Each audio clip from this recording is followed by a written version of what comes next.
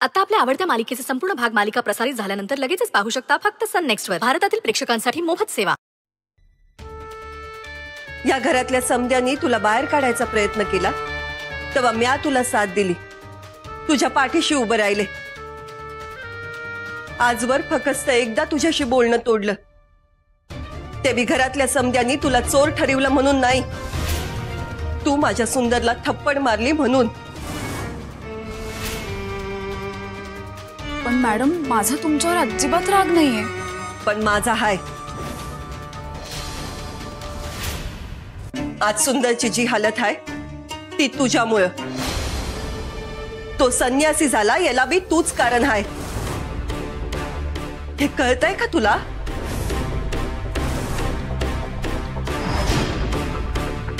Madam मला माहितीये आता छोटे मालक जे काही वागतायत ते फक्त आणि फक्त माझ्याशी लग्न करण्यासाठी. पण एक आई म्हणून मुलासाठी होणारी ओढाताण, त्यांना होणारा त्रास, ह्या सगळ्याचा तुम्हाला त्रास होतोय हे मला कळतंय आणि जे अगदीच स्वाभाविक आहे. पण मॅडम छोट्या मालकांनी माझ्याशी लग्न करण्याची खुणगाड बांधलीये ही त्यांनीच बांधलीये. आणि मॅडम लग्न हे एकतर्फी नसतं. मला अगदी मान्य आहे छोटे मालक खूप चांगलेत, ते माणूस म्हणूनही खूप चांगलेत. पण असं घाईघाईत लग्न नाही लावतायत ना मॅडम. जोर जबरदस्तीने लग्न लावलं जरी ना तरी ते नवरा बायको म्हणून एकमेकांमध्ये सुंदर नातं कधीच नाही तयार करू शकत. हे बघ, आम्ही तुझ्यासाठी काही केलंय या उपकाराच्या वजाखाली तू निर्णय घ्यावा हे आम्हाला बी नाही पटणार. पर एक आई म्हणून मी जेव्हा विचार करते तेव्हा मला एवढंच वाटतं की माझा सुंदर बरा व्हावा. मॅडम तुला पटवून नाही देता येते मला, पर मला माझा सुंदर परत हवाय आणि हे फक्त तू करू शकते. तुझ्याकडे दोन पर्याय आहेत.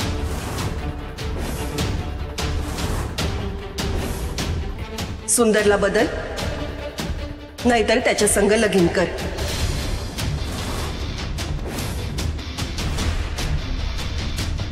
आणि हे जर केलं नाहीस तर मी आज जिवंत राहणार नाही.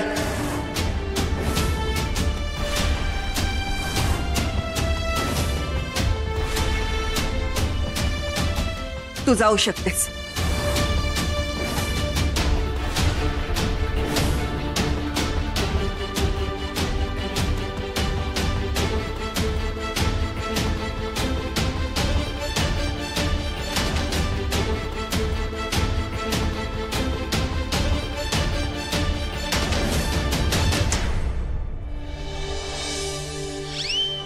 बारक्या हे काय आहे? हे फुकणी फुकणी म्हणतात त्याला. कफनी म्हणायचंय का तुला? हा तेच ते. इथे कशाला आणलीस? हे गुरुदेवांचा स्वयंपाक होय. अशी मारेन ना. कफनीला कपानी म्हणतोस? पोशाखाला स्वयंपाक काय म्हणतोस? काय ते ठरव आधीनी. कशाशी काय खातात ते माहिती नसायचं आणि मग तेच करायला जायचं. कशाला चिडते उगाच? माझी काय चूक? बस जरा. या तुझ्या अशाच वागण्याने ना छोटे मालक बिघडलेत. चिड तुम्ही चिड. आता रडतोयस कशाला? छोटे मालक कुठे ते सांग पटकन. अयो ही अक्षरा इकडं काय करायली या? बारक्यावर जाळ काढती. माझी पण उजळणी होणार वाटतं. अरे बोल पटकन. माहित नाही.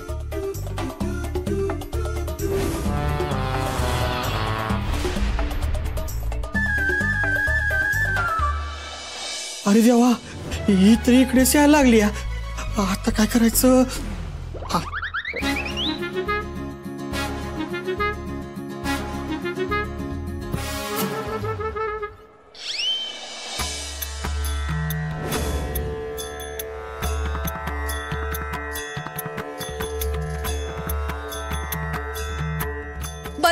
तुमचं हे नाटक? आमचं ध्यान कोणी तोडलं? कोण आहे तिकडे? बारक्या शेठ?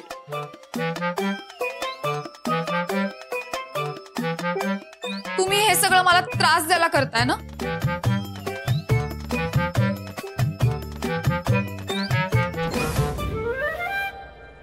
तुम्ही इथं?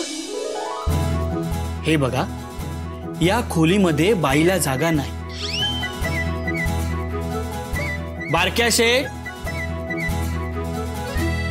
यांना इथून जायला सांगा.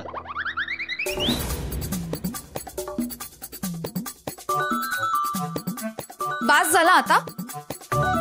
हे सोंग आत्ताच्या आत्ता उतरवायचं, नाहीतर मी काय करीन ना माझं मला माहित नाही. हे बघा, तुम्ही आम्हाला असं धमकावू शकत नाही. आणि तसं बी आम्ही राग, रुसवा, प्रेम याच्या पलीकडे गेलो आहे. जेव्हा आम्ही लगीन करा असं तुम्हासनी म्हटलं, तेव्हा तुम्ही नकार दिला.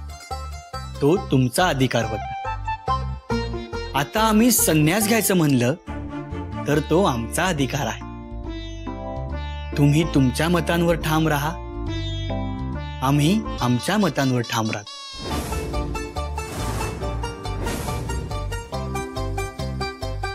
या तुम्ही.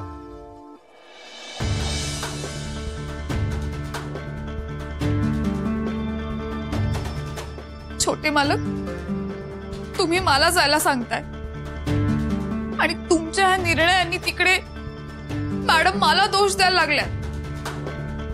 हे जे काही तुम्ही करता ना त्याला फक्त मी कारणीभूत आहे असं सगळे म्हणतात.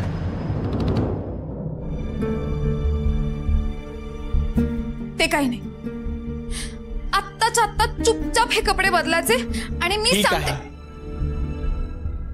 होऊ द्या तुमच्या मनासार.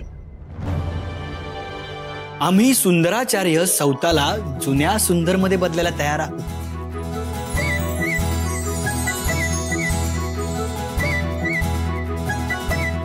पर एका अटी, आम्ही जर तुमच्या मनासारखं वागलो तर तुम्ही बी आमच्या मनासारखं वागायचं. काय म्हणायचं तुम्हाला? आमच्या संग लगीन करा. हे समज लगेच सोडतो.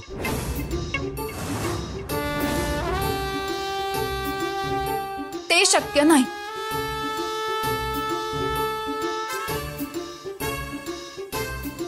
ठीक आहे, मग आम्हासनी देखील संन्यास घेण्यापासून कोणी बी रोखू शकत नाही.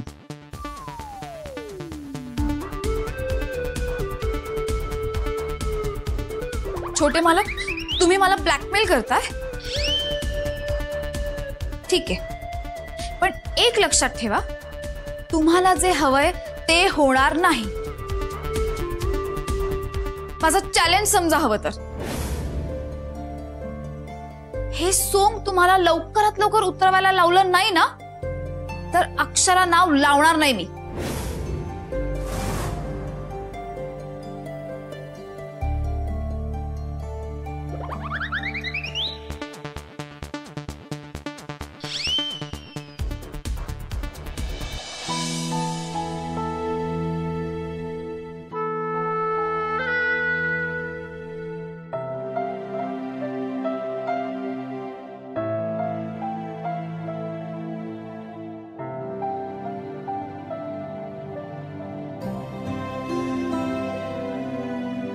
काही नाही शरू, तू झोप.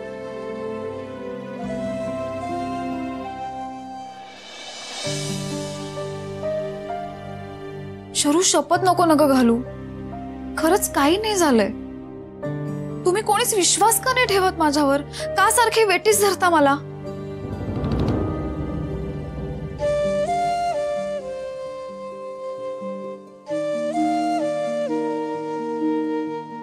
शरू,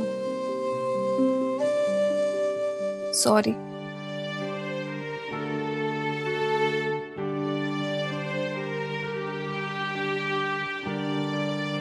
शरू, अगं वसुंधरा मॅडमना छोटे मालक पुन्हा पहिल्यासारखे हवेत आणि त्यांचं असं म्हणणं आहे की हे मीच करू शकते. मी छोटे मालक बघ ना ग, त्या साधूच्याच पोशाखात राहणार असा हट्ट धरलाय त्यांनी. आता मी काय करू ह्याच्यात तूच मला सांग. मी माझाच बळी द्यावा असं का वाटतंय त्यांना?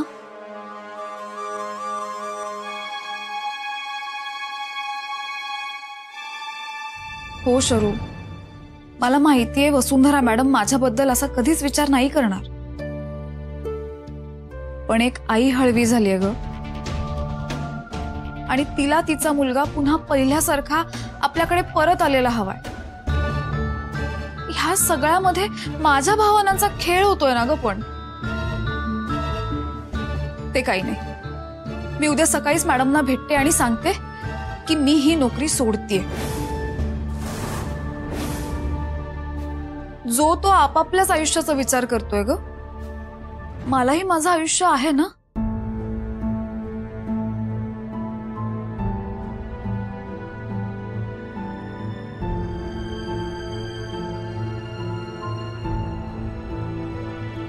हो शरू, वेळ आली ना तर आपल्याला हे घरही सोडावं लागेल.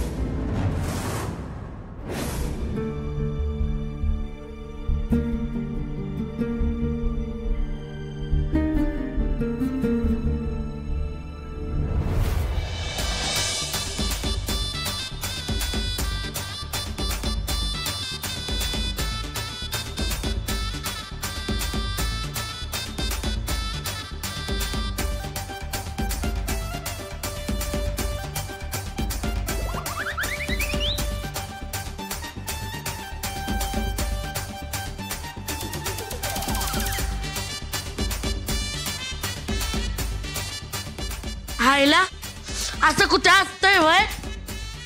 अरे काय झालं? अरे साधू झालायस ना तू? वय की. मग असं कोणी नाचतंय वय? अरे आज की नाही आनंदी आनंद झालाय बघ. म्हणजे अक्षर होय म्हणाली? म्हणल म्हणल, ती बी लवकरच म्हणल. मग कसला आनंद झालाय तुला? अरे अक्षरा येऊन गेली इथं. हे त्यात काय मोठं? अरे घोडा मैदान लय लांब, अन त्या अक्षरापासून जरा सावध राहा. अरे तुला चॅलेंज देऊन गेलीये म्हणजे नक्कीच काहीतरी धोका असणार बघ. कधी बी तुझं सोंग उघडं पडायचं. अरे नाही र, उलट तीच घाबरली या. एकीकडनं आईने डोस दिलाय आणि दुसरीकडनं म्या.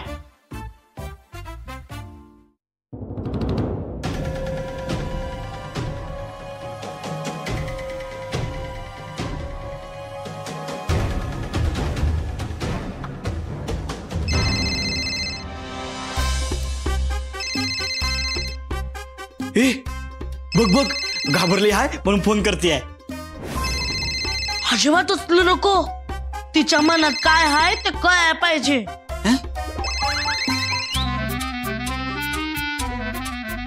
अरे पण फोन घेतल्याशिवाय कसं कळणार आहे? तिनं जर परत फोन केला तर मग आपण समजू की ती घाबरली. पण जर नाही केला तर समजायचं की ती तुला पण घाबरत नाही.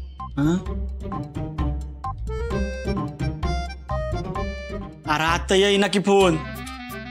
नाही येऊ दे, विषय सोडायचा. हा असं कसं? मगाशीच फोन घ्यायला पाहिजे होता बघ. काय तर बघावं तेव्हा उतावळा नवरा.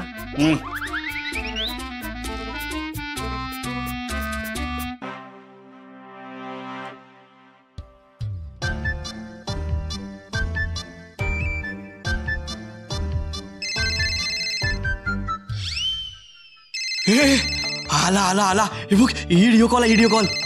हा आता आपण समजू की ती घाबरलीये म्हणून परत कॉल करती. उचल उचल.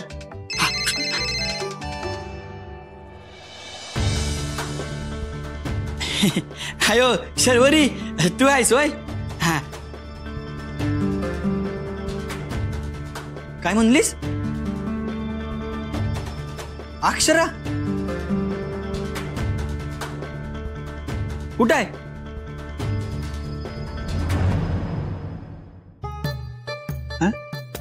झोपली नाही? मग अक्षरा चिडली.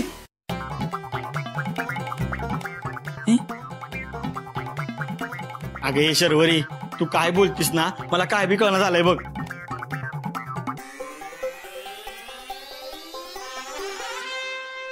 देवळात निघाली होय.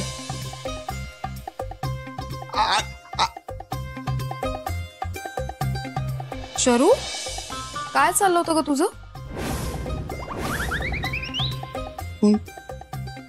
अरे फोन कट झाला. थांब, मी परत फोन करून बघतो. हा शान आहे. अरे अक्षरा आली असल म्हणून तिनं कॉल कट केला असेल. तिच्या माघारी फोन करून काहीतरी महत्वाचं सांगायचं होतं तिला. आता जर परत कॉल केलास ना तर सपशेलच घावल ती अक्षराला. व चोरून पोळी आणि बोंबलून गुळवणी कशाला. एक काम कर, उद्या सकाळी बोल तिच्या संग. हा तसंच करायला पाहिजे बघ.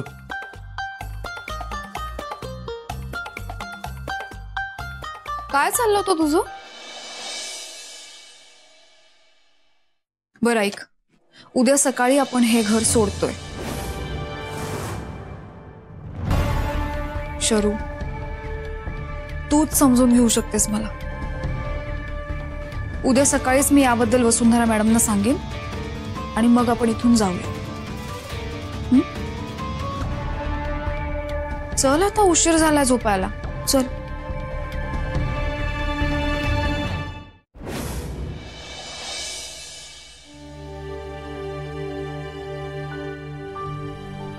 शरदीने एवढ्या सकाळी कशा पाय बोलवलं? अक्षरताईला कळू नये. गुमान या आणि भेट असं बोलली. पण खरं तर गुमान कसं जायचं? अक्षरताई आली तर मला बघितलं आणि एवढं सकाळी इकडं काय करतोयस असं म्हटलं तर आता काय करू? शरुदीला कसं बोलू?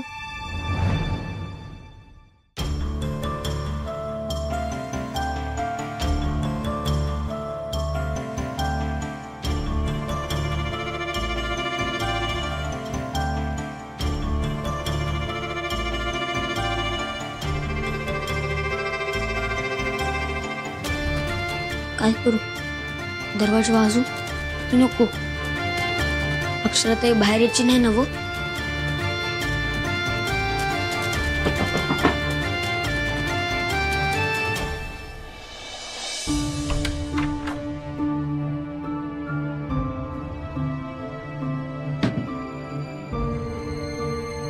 असं का बोलवलंस? काय मदत पाहिजे आहे तुला?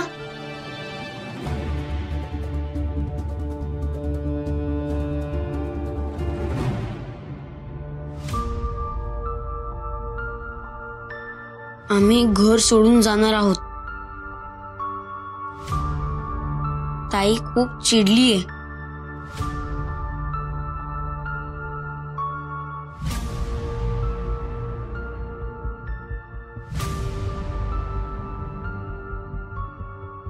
आईला असं आहे वय?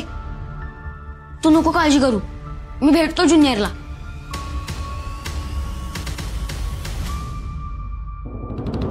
कानडा राजा पंढरीचा, कानडा राजा पंढरीचा.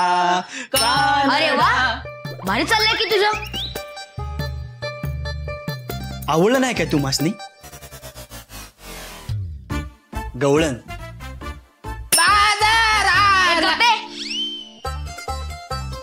कशाला बाजार उलटवतोय?